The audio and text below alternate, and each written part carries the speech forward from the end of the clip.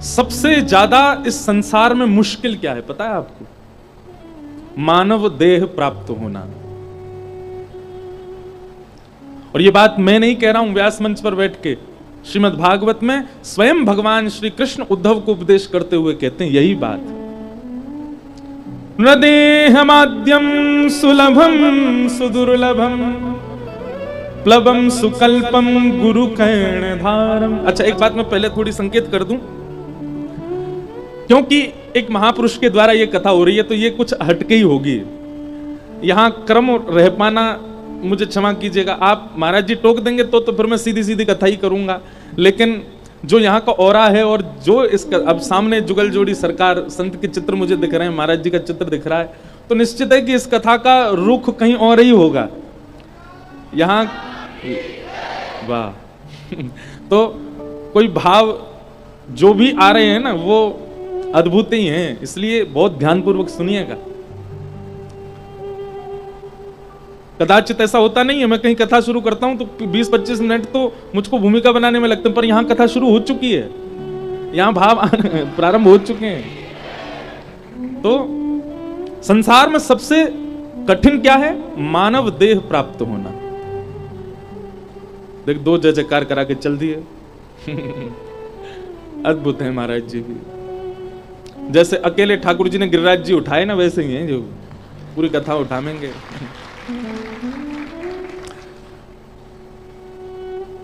भगवान कहते हैं उद्धव, मैंने मानव के ऊपर सबसे पहली कृपा क्या की, सबसे बड़ी कृपा क्या की? इधर देखो सब लोग, कि उसको मानव बनाया। हम आप मानव देह में हैं, इसलिए हमको बहुत सरल लगता है, बहुत सहज लगता है, परंतु कभी ध्यान पूर्वक गैर मानव जीवों को देखा कीजिए, उनका जीवन देखा कीजिए कैसा होता है, उनकी स्थिति देखा कीजिए कैसी होती है। ऐसे ऐसे जीव जंतु भी होते हैं जिनका अस्तित्व ही नहीं जानते हम लोग, वह भी जीवित रहते हैं इस पृथ्वी पर। ना जाने कौन से कर्म के प्रारब्ध से, कौन से कर्म के वजह से वे किस योनि में पड़े हैं, कुछ नहीं पता। बहुत प्रार्थनाएं करने के बाद, बहुत परिश्रम करने के बाद, बहुत याचनाएं करने के बाद प्रभु हमको मानव बनाते हैं। बहुत वादे किए हमने ठाकुर जी से, तब जाकर के ठाकुर जी हमको मानव बनाते हैं। नृदेह माध्यम सुलभम सुदुर्लभम, मैंने व्यक्ति को मानव शरीर दिया उद्धव, ये मेरी सबसे पहली कृपा है उसके ऊपर। और दूसरी कृपा क्या है? बहुत ध्यानपूर्वक सुनना। एक तो मानव बन गए, और मानव बनने के बाद भी एक सद्गुरु जीवन में प्राप्त हो गए। भगवान कहते हैं मेरी दूसरी कृपा। सद्गुरु मिल जाने का मतलब दीक्षा हो जाना ही नहीं होता। सद्गुरु मिल जाने का मतलब एक सदराह दिखाने वाला मिल जाए। गोस्वामी तुलसीदास जी को हम में से किसी ने भी नहीं देखा, लेकिन गोस्वामी तुलसीदास जी के प्रवचन, गोस्वामी तुलसीदास जी के भाव आज भी हमको राह दिखा रहे हैं। सूरदास जी को हमने नहीं देखा, हितरवंश महाप्रभु का साक्षात दर्शन हमने नहीं किया, गोपाल भट्ट गोस्वामी जी को प्रत्यक्ष नहीं देखा, पर उनके बताए गए राह हम सब पालन कर रहे हैं। तो वे सद्गुरु हैं हमारे, वे सद्गुरु हैं। तो गुरु का मतलब केवल दीक्षा दे देने वाला नहीं होता, दिशा देने वाला होता है।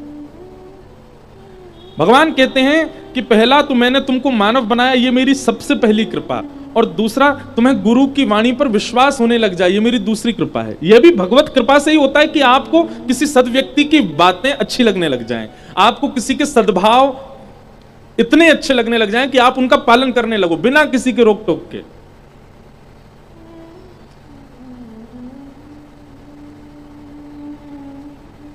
यह भी भगवत कृपा है। नहीं तो कथाएं तो बहुत होती हैं संसार में, भारत में बहुत कथाएं होती हैं और बहुत वर्षों से हो रही हैं,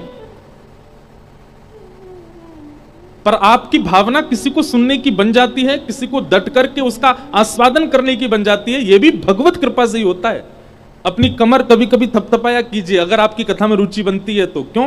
क्योंकि मानव देह पहली कृपा ठाकुर जी की, और कथा में रुचि ये दूसरी कृपा है ठाकुर जी की। नहीं तो सबकी रुचि नहीं बनती है।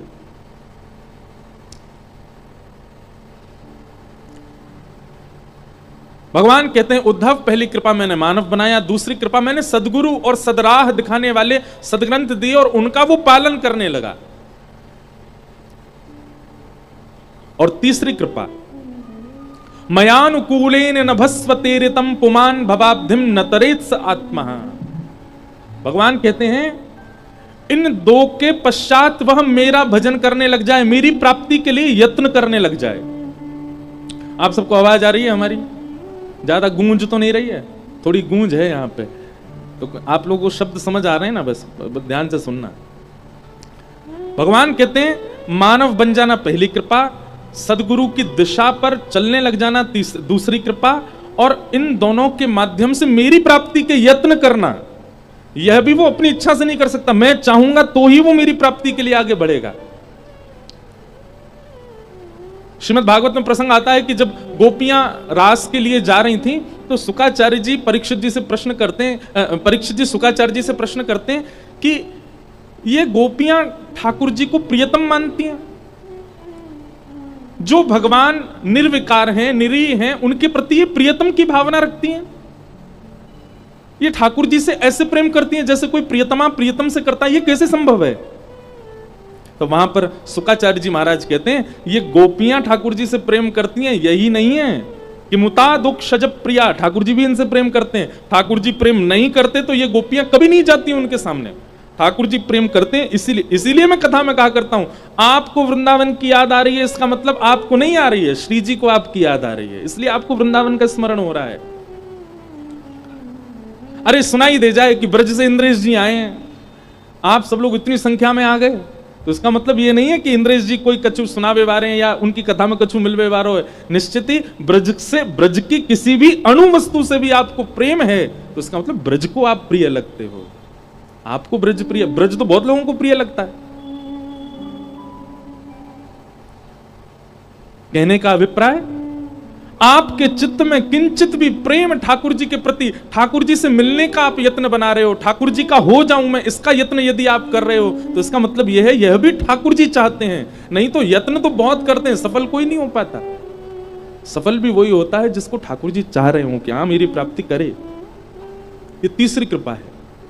तो एक कृपा तो हम पे हो चुकी है कि हम मानव हैं, पहली कृपा के तो हम सब साक्षी हैं, और दूसरी कृपा भी हम पे हो चुकी है क्या, कि हमको दिशा के रूप में कथा प्रिय लगती है, दिशा के रूप में प्रवचन प्रिय लगते हैं, दिशा के रूप में कथाएं प्रिय लगती हैं। और बस तीसरी कृपा की ओर हमको बढ़ना है, उसका अनुभव करना है कि वो हम पे है कि नहीं। और तीसरी कृपा क्या है? मानव देह, गुरु की दिशा, इन दोनों का सदुपयोग करके श्री कृष्ण की प्राप्ति। अब बस तीसरी कृपा की ओर दृष्टि डालनी है कि वो चाहते हैं कि नहीं कि हम उनके हों।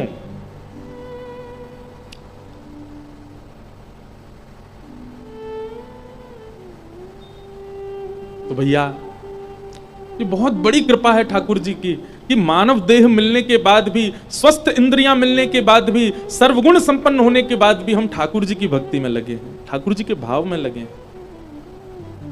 बड़ी मुश्किल से नर्तन मिला, बड़ी मुश्किल से नर्तन मिला, क्या पता फिर किधर जाएगा, क्या पता फिर किधर जाएगा, कृष्ण कहने से तर जाएगा, पार भव से उतर जाएगा, कृष्ण कहने से तर जाएगा, पार भव से उतर जाएगा। और सब कहेंगे कहानी तेरी, सब कहेंगे कहानी तेरी, सब कहेंगे कहानी तेरी, सब कहेंगे कहानी तेरी। कब? जिस गली से गुजर जाएगा, जिस गली से गुजर जाएगा, जिस गली से गुजर जाएगा, कृष्ण कहने से तर जाएगा, पार भव से उतर जाएगा, कृष्ण कहने से तर जाएगा, पार भव से उतर जाएगा। और भव से पार उतरने का मतलब क्या है? ये कॉन्सेप्ट नहीं समझ आता। भव से पार उतरना मतलब, भव से पार एक तरफ कोना है, दूसरी तरफ भी कोना है। एक तरफ श्रीधाम वृंदावन है और एक तरफ वैकुंठ है। कई लोग साधना करके, पुण्य करके वैकुंठ की प्राप्ति करते हैं, और कई लोग साधना करके, भजन करके, ठाकुर जी से प्रेम करके श्रीधाम की प्राप्ति करते हैं। और ये बात मैं पहले ही कह दूं, वृंदावन को भजने वाले और वृंदावन चंद के उपासक, वे लोग वैकुंठ नहीं जाते तो क्या होता है, पुनः वृंदावन में ही आ जाते हैं।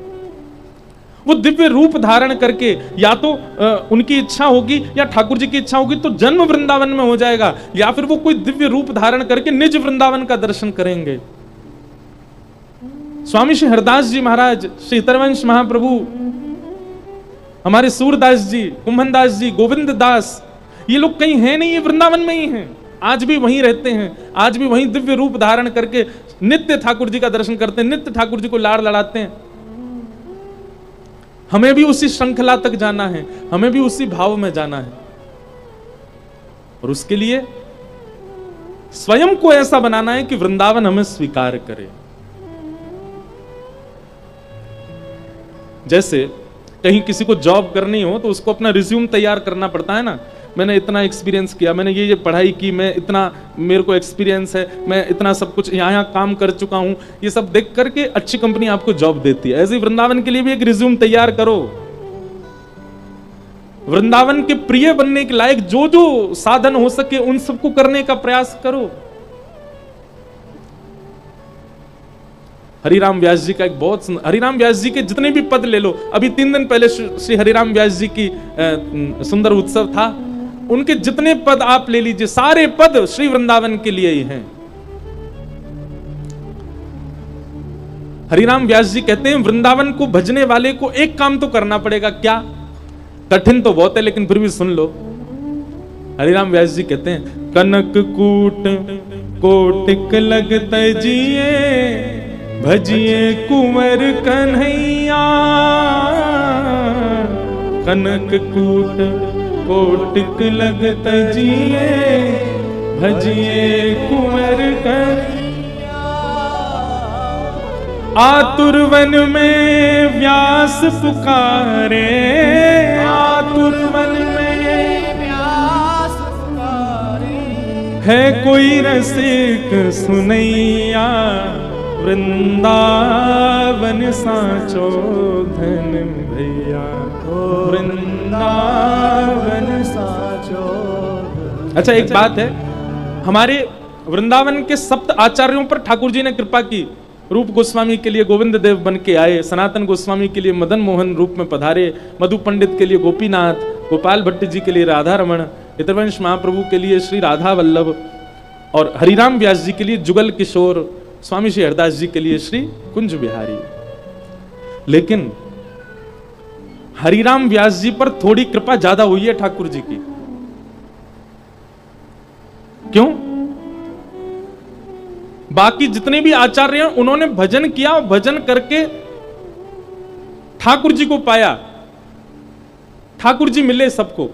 लेकिन हरिराम व्यास जी ने वृंदावन को भजा, और वृंदावन को भजवे के काज कहां मिलो। मैं एक बात कथा में कहा करता हूं, श्री जी को बहुत भजोगे ना तो ठाकुर जी मिलेंगे, और ठाकुर जी को बहुत भजोगे तो श्री जी मिलेंगी। लेकिन दोनों युगल यदि चाहिए तो वृंदावन को भजन करो। श्री हरिराम व्यास जी ने वृंदावन को भजा, और इसकी कृपा हुई कि श्री हरिराम व्यास जी के यहाँ जुगल किशोर दोनों ठाकुर जी आए, किशोरी जी भी और ठाकुर जी भी, दोनों प्रकट हुए। इसलिए वृंदावन को भजो, वृंदावन के उपासी बन जाओ। हम तो यही चाहें भैया, सबके चित्त में वही ब्रज के प्रति भाव प्रकट हो जाए। और अभी ये महीना बहुत सुंदर चल रहा है, मासानाम मार्ग शीर्षों हम, ठाकुर जी कहते हैं ये महीना जो है 12 महीने में ये मेरा ही